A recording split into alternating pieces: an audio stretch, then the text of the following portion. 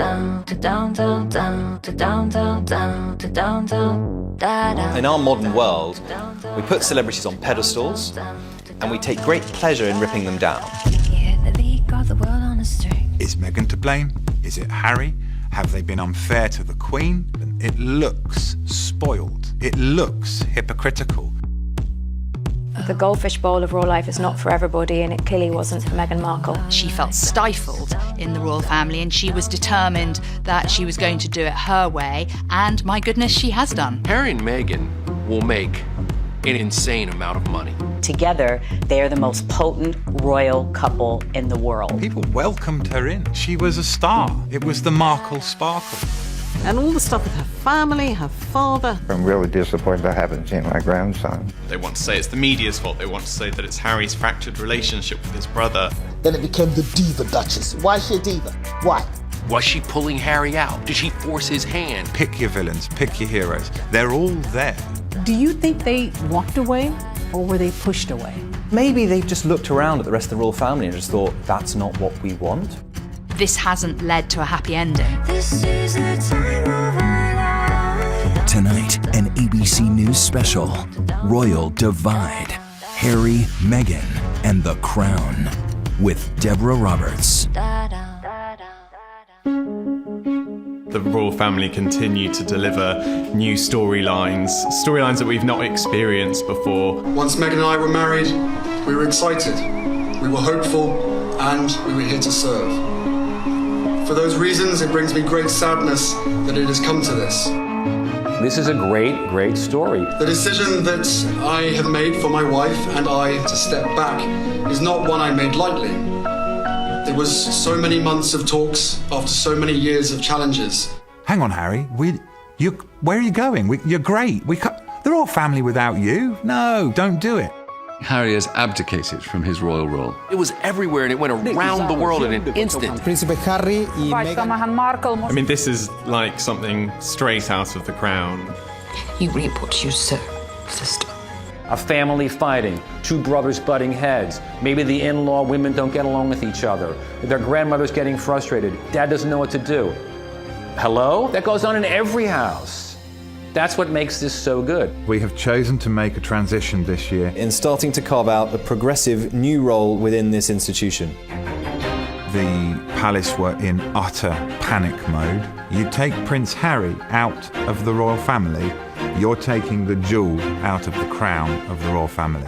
This was a complete shocker. What is the mood there in London right now? I thought, oh my God, they've quit? We now plan to balance our time between the United Kingdom and North America. And I know I haven't always gotten it right, but as far as this goes, there really was no other option. It was kind of dropping a nuclear bomb in the middle of the Queen's lap. And then all of a sudden, it was like, whoa, nobody in the royal family knows? This is like dysfunctional beyond belief. Some of the people that were there cheering them on the day of the wedding feel like this was a step too far. They put it out on Instagram, having just returned from a 6-week break in Canada.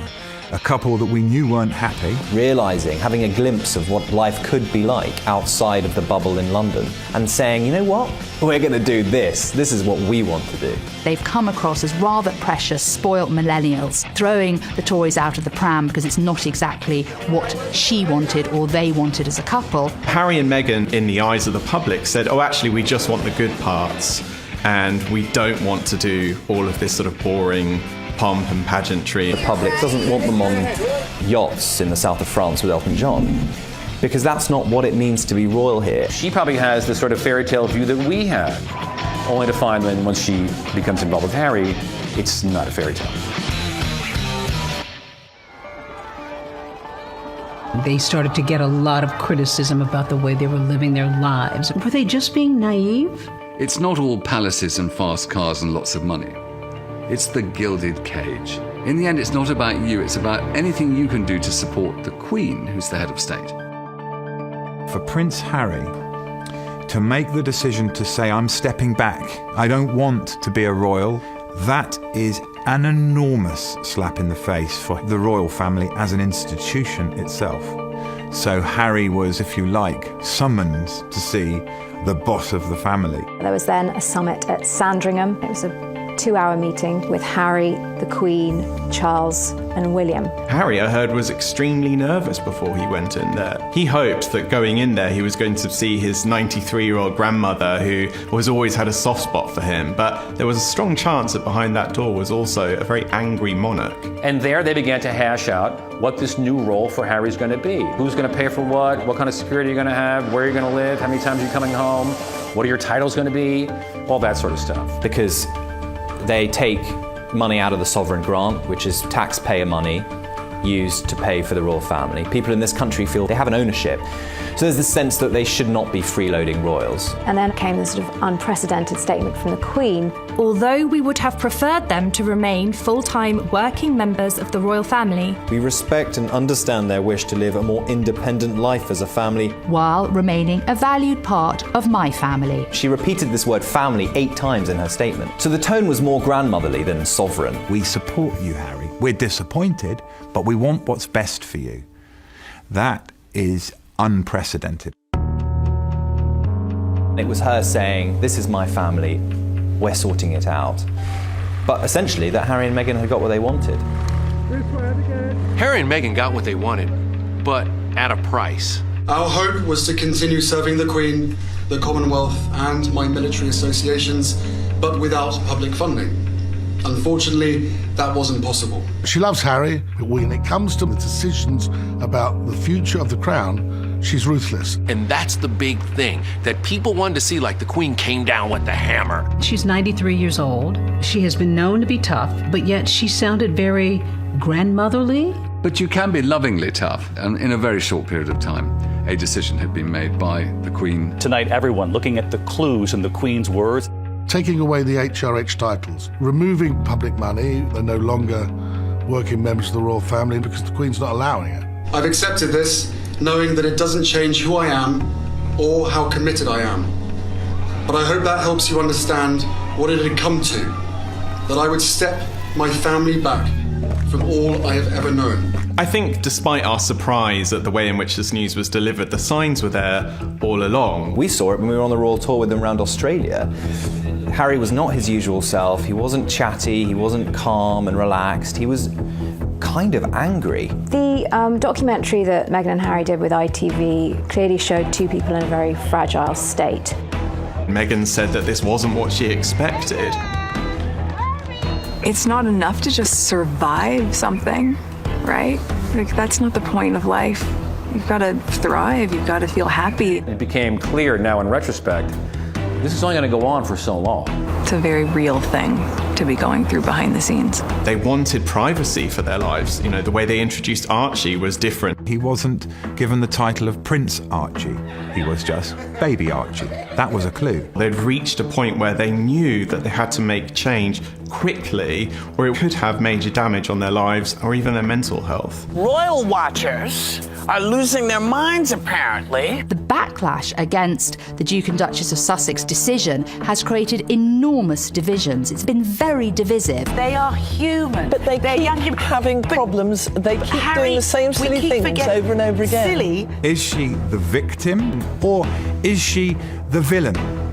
Is she the woman who stole the People's Prince?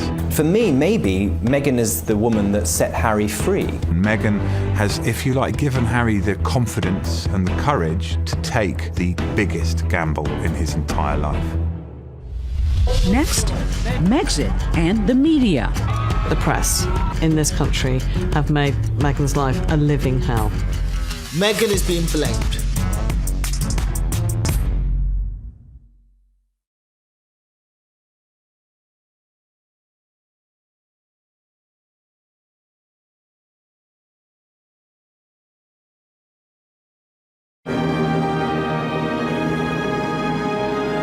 It seems almost 1,000 years ago, from May of 2018, when Meghan and Harry got married. It was this beautiful spring day. And their idyllic wedding was just typical of the British sort of adoration for them. It was so magical. And I'm a dude, and I was still caught up, swept deep in what happened that day. They seemed incredibly in love, and maybe more importantly, the public seemed very much in love with them.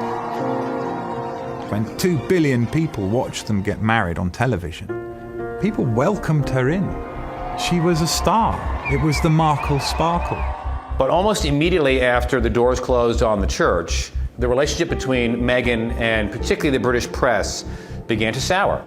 I just think she's a slight social climber, I'm afraid. Meghan spent more than £1 million just on her clothes. Meghan Markle just can't seem to hold on to employees. And they started talking about her being demanding, spending too much money, not caring about her royal duties, bossing Harry around. And over time, Harry and Meghan became very sensitive to these stories. We now live in an era where one negative story can become thousands of negative stories within minutes. There's the expensive wedding, there's the American expensive baby shower, and there is the renovation of a place called Frogmore Cottage. The royals are not celebrities, they're public servants. They're paid for by the British taxpayer. But then they took $3 million of public money to renovate Frogmore. That was controversial. What was even worse was then when they started to be preaching about doing our bit to save the planet. It's a race against time, and one in which we are losing. There was Harry on one hand who was talking about climate change. No one can deny science. But then, in the other, he was going on private jets to attend Google summits in Italy. I think the idea of being carbon footprint crusaders and then turning up in your private jet, that's shooting fish in a barrel for the press. Don't do that, it's dumb, right? So it's diva-ish behavior, basically, that the British press is accusing them of. And then when Archie was born, it was very strange that there was this kind of secrecy around the birth. People are scratching their heads going, why are you being so cloak and dagger? The Princess of Hugs is now saying, step away from me, like this is private, this is only about me. Funny that, because her wedding wasn't only about her. There was uproar in the British media about them not doing the grand moment on the steps of the Lindo wing like Kate did. She just had this baby. She's sitting in the hospital and she's like, you want me to go out there and do the dance for the press? Not happening, my brother. How much of a big deal is this? Ordinary people share the photos of their kids too. Why won't you do that, right? We covered your wedding, now show us the baby. It seemed ungrateful. Harry and Meghan changed a tradition and they released a photo with the Queen, with Prince Philip, with Meghan's mother Doria. These key moments that have happened in their lives have been shared on Instagram instead. We're in this world now where the press is being bypassed and they can't bear it, so they just need to be as sort of sensational as possible. The criticism started, oh, she's opening her own car doors, you know, she doesn't understand royal protocol, she's talking too much, she's not talking enough. She was under the most unbelievable level of scrutiny. My British friend said to me, I'm sure he's great, but you shouldn't do it because the British tabloids will destroy your life. And all the stuff with her family, her father, her sister. Meghan Markle's family is a disaster. It is that simple. There's no way to get around it. Thomas Markle sitting next to Piers Morgan on British TV. I'm a little embarrassed for them and feeling very sorry for the Queen. Once again, he's exposing things about his daughter. And there's a sense, I think, that she feels that she's been hard done by, that she wasn't given a chance. I never thought that this would be easy, but I thought it would be fair. For me and for my wife, you know, of course there's a lot of stuff that hurts. I will not be bullied into playing a game that killed my mum. He thinks that the press killed his mother, that the sound of the camera shutter, reminds him of that horrible time. You know, you really can't blame him for feeling that way. However, at the same time, those cliques are journalists who have been invited, and it's a very different thing to the photographers who were physically pursuing his mother throughout her life. I think he's terrified for Meghan. And there was an element right at the bottom of this, when you boil it all down, of a loving husband trying to protect his wife. I spoke to Harry a few days ago. He has suffered a lot from all of the things that have happened to him. He suffers a lot from people judging him. There is validity to the idea that the press have hounded Harry and Meghan. Diana was literally chased into a tunnel and died. I don't think they've been any worse than they were during the Diana years. Princess Diana was actually physically hounded by the paparazzi. They had cameras in her face, they were chasing her down the street. Nothing like that has happened to Harry and Meghan. When you continue and constantly see and hear negativity, it can be overwhelming. You can feel powerless and lost. You can feel different, confused, or like you don't belong. There's been a big conversation about the coverage that Meghan gets versus what Kate gets. But Kate, in her day, Happy birthday, Kate. She was hounded. She was the most photographed woman in the world for quite a number of years. When she was just a girlfriend, the tabloids were relentless. But the difference is with Kate is that when she got married, suddenly she could do no wrong and the papers backed off. With Harry and Meghan, she's still painted out as the villain. She is still Duchess Difficult.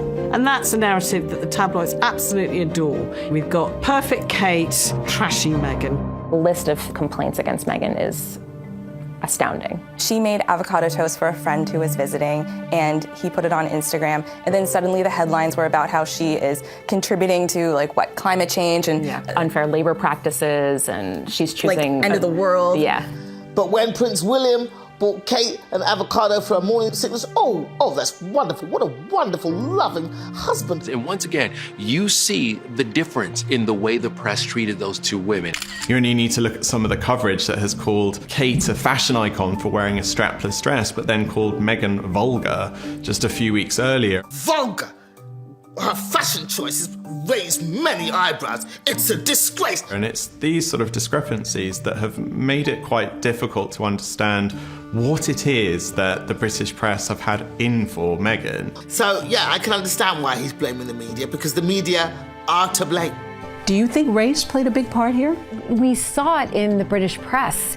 You know, these tones, these words being used as exotic, or Harry's new girlfriend straight out of Compton. When people say, that's not a racial undertone, that's just racist, isn't it? Let's be honest. She was brought up nowhere near Compton. She's from Los Angeles. She went to a private school in Hollywood. All the coverage of her is not as one of us, but of this strange, exotic being. She's not the all-white, all-wholesome girl that Kate is. He sees what his wife is going through now. And this is all very, very raw with him. Now, Meghan is being blamed. Blame the black woman. She separated Harry from his family. The reason that they didn't want any press pictures of Archie after he was born, because they knew perfectly well that all the press wanted to know was, what colour was he? A BBC host had the guts and boldness to tweet a picture comparing Archie to a chimpanzee. If you listen to every single excuse that was given, but he didn't mean it, it was a joke, it was racist. And not one member of the royal family said anything to support or defend her. I think both of them felt very alone towards the end of their time in the firm. When we come back, Meghan and the royal reality. The royal family is not kombucha at your door at 4 o'clock in the morning. It's stale sandwiches and white bread. That is what the royal family is.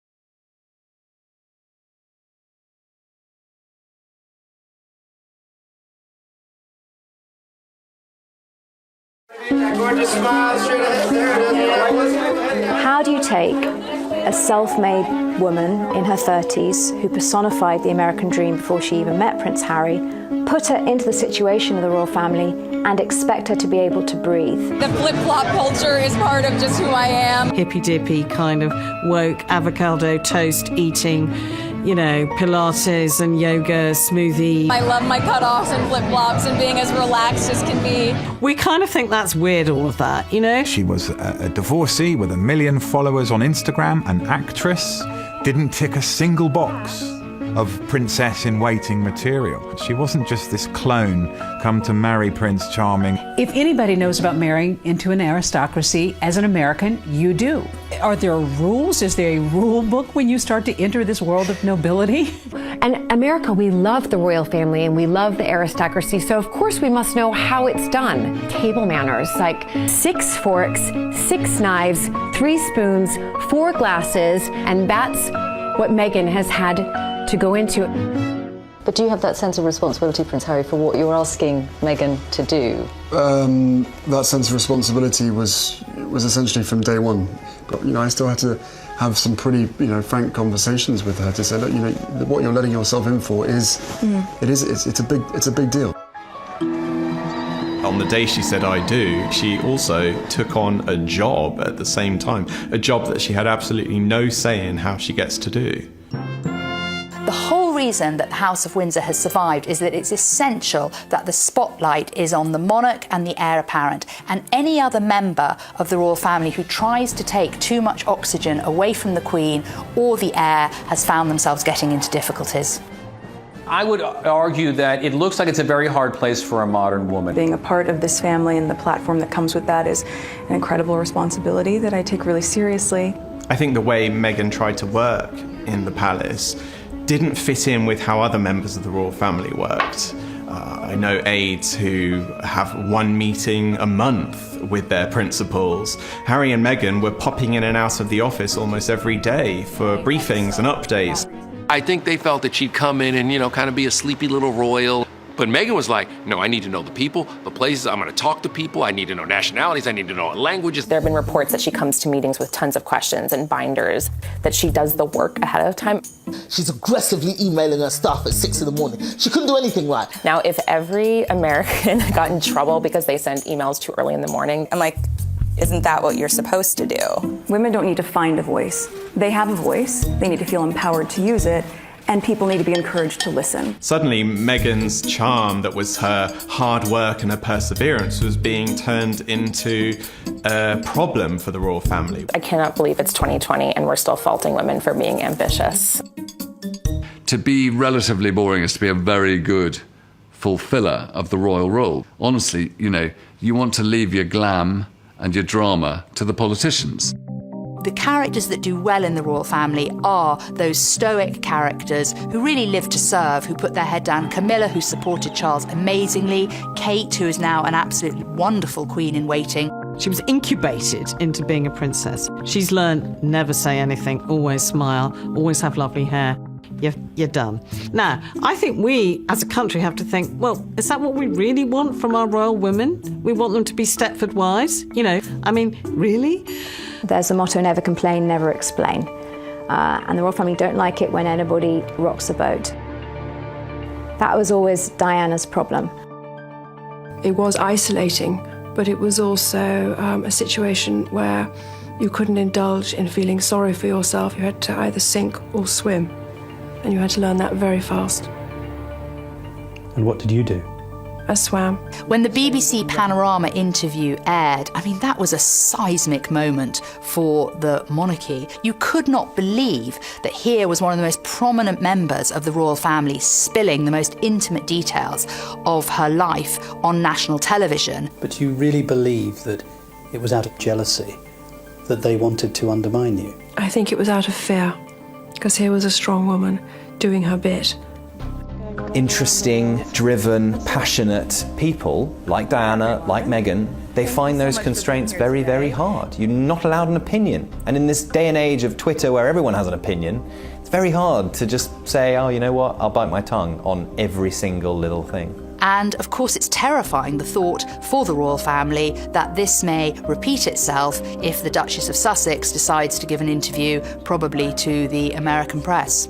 I hope to God Meghan breaks her silence and does a Diana-style interview.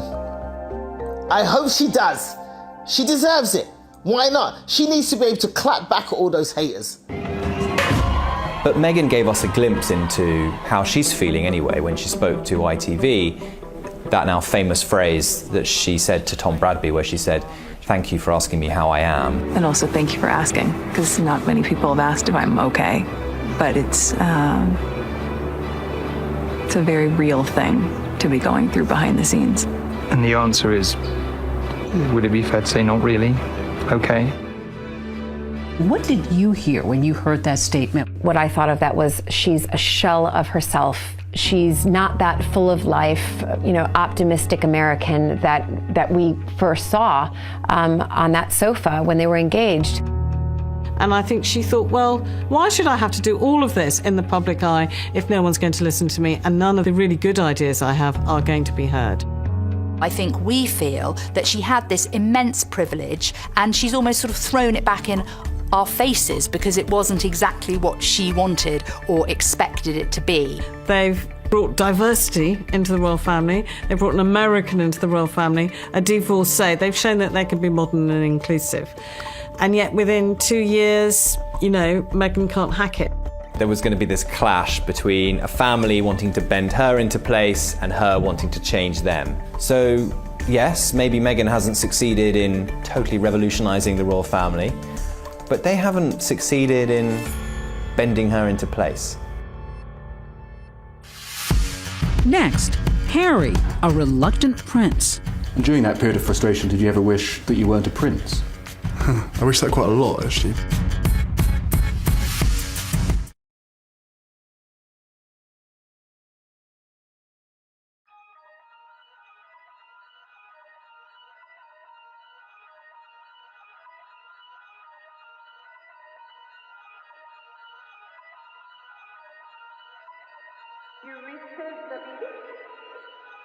Oh my god.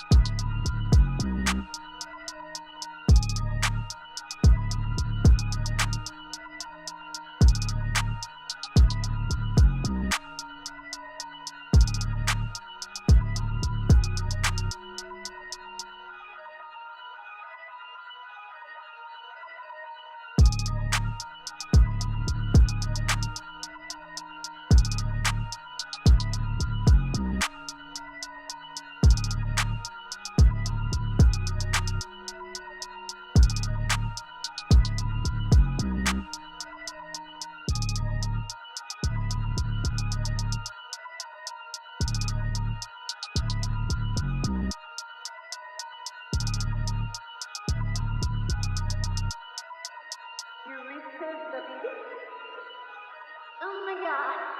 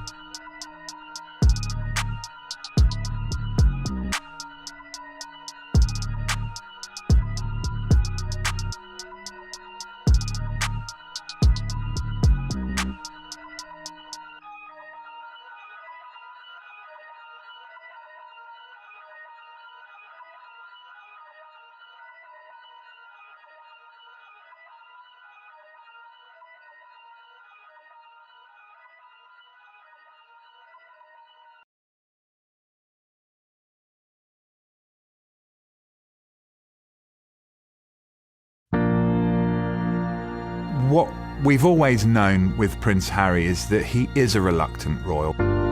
You can take the prince out of Harry, but you can't take the Harry out of Harry. I want you to hear the truth from me, as much as I can share, not as a prince or a duke, but as Harry, the same person that many of you have watched grow up over the last 35 years, but now with a clearer perspective. Now, life is going to be very different for him. Yes, the abdication of royal rank is a huge step for a prince. And he has followed his heart, God knows. He's followed his instincts. My goodness me, it's going to be a challenge making this work. But that is Prince Harry. He doesn't want to be a royal. He's being a father. This is a guy who is trying to protect his cub and his lioness from whatever it takes. He has become an incredible man, the man that his mother would be proud of. I think it's really important to remember that the British public have kind of adored Harry, and he is like the nation's favourite son. We felt so devastated for him when we saw him as a young boy walking behind his mother's coffin. Somebody losing their mother and then it being, projected to the millions on TV screens. It gives me chills thinking about it. He said, I kept thinking, this is my mother. Why are you crying? You couldn't have loved her like I loved her. The country essentially adopted Harry and William as their own. The fascination now, especially with this generation, is we care about her sons and we want to make sure that they're happy. What we saw after Diana's death is that the bond between William and Harry surpassed any brotherly bond. I think for a long time, William and Harry maybe felt like a team outside of the royal family, children of Diana, somehow, different to everybody else. But you simply cannot underestimate how close Harry and William became. Harry obviously has been born and bred with a sense of duty. At the same time, before he even met Meghan, he was talking about the possibility of not being a prince. This is my bed. I don't really make it when I'm down here, which is a joy. That's it, made. He was in the army for many years. He did 2 tours in Afghanistan. I signed up because I wanted to be one of the lads. This sort of normality for me to be amongst these guys was so important. He talked about going into the army and how that gave him a certain amount of anonymity in some ways, that he was just Harry. And then, while he was out on operations in Afghanistan, somebody says where he is and he's brought home.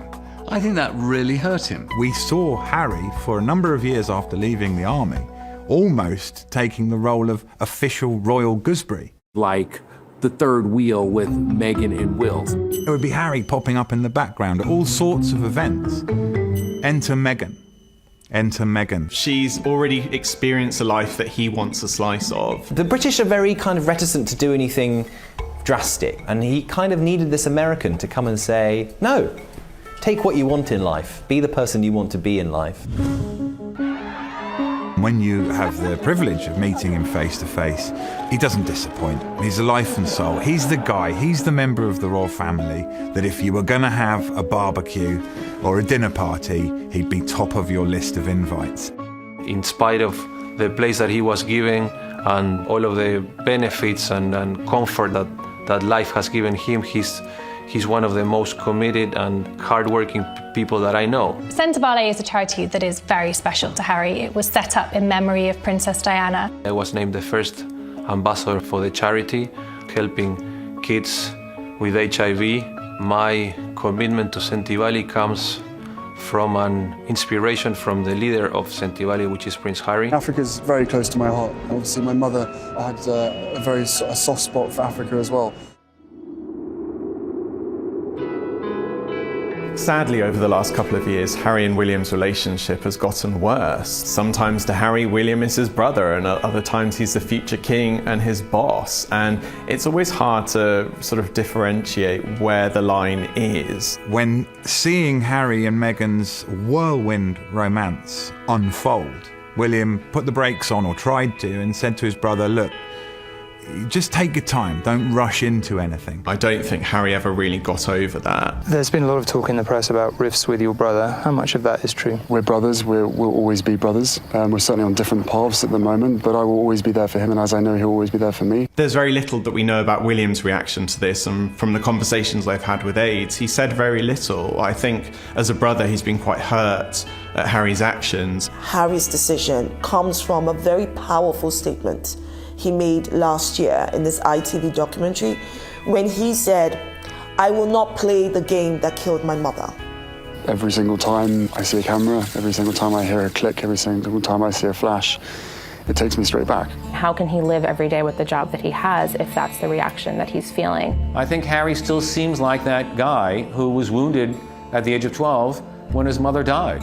When I started my public life 12 years ago, I understood the media might be interested in what I did. I can only imagine what you may have heard or perhaps read over the past few weeks. But I was not aware of how overwhelming that attention would become.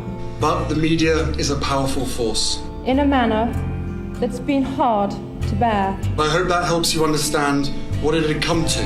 I will be reducing the extent of the public life I've led so far. That I would step my family back from all I have ever known, to take a step forward into what I hope can be a more peaceful life. I could see in his eyes and in his voice that he's on to something really spectacular. There are definite echoes of Princess Diana in the speech that she gave, but you would have thought that rather than repeating this, Harry would have looked at that and seen that it actually didn't work for his mother outside the protection of the royal family, and she was much more vulnerable and much more exposed. Tragically and paradoxically, it makes his story that much more compelling. If he had said it's all behind me, people wouldn't be paying attention. But because he says it's not behind him, he becomes that much more of an ongoing story. So his honesty is almost drawing the attention that he probably doesn't want. Going forward now, if this decision for Harry to step back does nothing else, I hope that it heals that breakdown in relationship between Harry and his brother William. Because unless they reconnect, unless they can continue to be mentors for each other, certainly when Prince William eventually becomes king, he'll be a far lesser king without Harry as his support. Coming up, Harry, Meghan, and money. Who's going to pay for their security?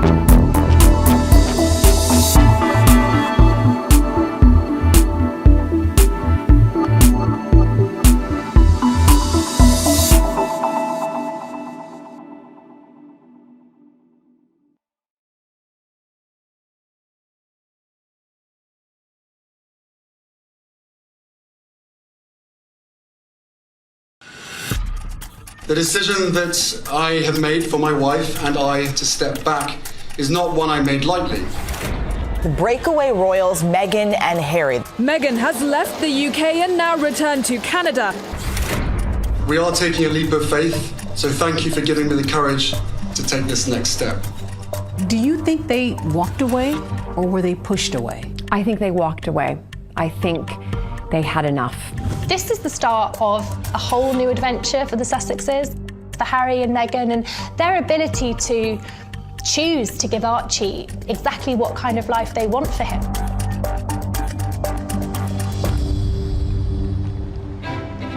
Harry and Meghan are living on Vancouver Island, which is in British Columbia, the west coast of Canada. They have been staying there for almost a couple of months now. The couple have been staying in a beautiful waterside mansion. Well, I think Harry and Meghan have already experienced a breath of fresh air in Canada, a place where they are hugely adored. Canadians are really excited about Harry and Meghan moving to Canada. We haven't learned how to play it cool yet. Meghan lived in Toronto during the time that she was acting on Suits. I have been killing it here for the better part of a decade. We're kind here, we're polite. It's not going to be as negative towards them. At the same time, I think Canadians would feel a little bit hurt if Canada was just being used as a halfway house. They thought they could have a halfway house, but they were told, no way, you're out. The Queen had to rule decisively, taking away the HRH titles, removing publicly funded money, making them pay back about $4 million of money that was spent renovating their house. This is not an easy ride for Meghan and Harry. But I will tell you this, here's what they will gain. Harry and Meghan will make an extremely insane amount of money. That first Meghan and Harry interview is worth millions. And also, Harry has received a lot of money from his mother, grandmother, his father is still one of the wealthiest people on this planet. So the money's never gonna dry up. What I hope will happen is they will use their celebrity, they will use their charm and good looks and whatever to raise money from people all over the world. I think that him and Meghan together, from that platform that they are creating, are going to be very important in the history of making the world a better place. Meghan and Harry's decision to step away from the royal family only enhanced their brand potency. They're now famous and culturally symbolic in a way that no other royals have ever really been. The problem that the Queen has is she has to protect the royal brand, and it has immense prestige. Yeah, there have been huge conflicts of interest when royals have tried to monetize the brand. I'm so unconventional that instead of serving tea, I serve ocean spray granapple juice drink. We've had Fergie with some rather strange commercial adventures. 我是 Peter Phillips. If Peter Phillips, the grandson of the Queen, is allowed to go to China and film a milk commercial, I think Harry and Meghan getting involved in philanthropic-related projects for Netflix or Apple TV is not going to be a problem.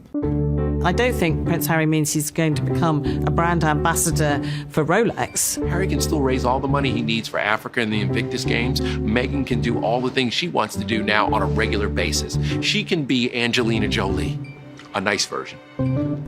The last remaining question for Canadians is who's going to pay for their security? The Canadians are very particular about taxes and money and where it's going. Estimates for Harry and Meghan's security have come in at anything from $1.3 million to $8 million. Everybody's talking about, will they be able to pay for their security? You're damn right they'll be able to pay for their security. And they could pay for yours too. I think that actually Harry and Meghan are going to get into more difficulties with paparazzi. There'll be less of an organised structure around them every time they go to an event. So we saw it with Harry's mother, Diana, Princess of Wales. Photographers chased Diana, not to get a picture of Diana. They chased Diana to get a picture of Diana in her current emotional mood. That's what's going to go on with Meghan. At every single moment in their lives, whether it's the first major commercial deal or their next child, every single moment will be tracked. The idea that by somehow stepping back from the royal family, they're going to somehow regain control of their privacy is tragically a fool's errand. That's just not going to happen. In fact, it's going to get worse. UK photographers have traveled and camped out in Vancouver Island for weeks now, so they still will be photographed in Canada. He wants to live a normal life, as normal as his life is going to be, right? Because when you have 1,000 paparazzis outside your house in Canada waiting to get one picture of your son, that's not very, very normal. Next, a monarch and her grandson. Would the British public welcome them back? I think the British public will always welcome Harry back.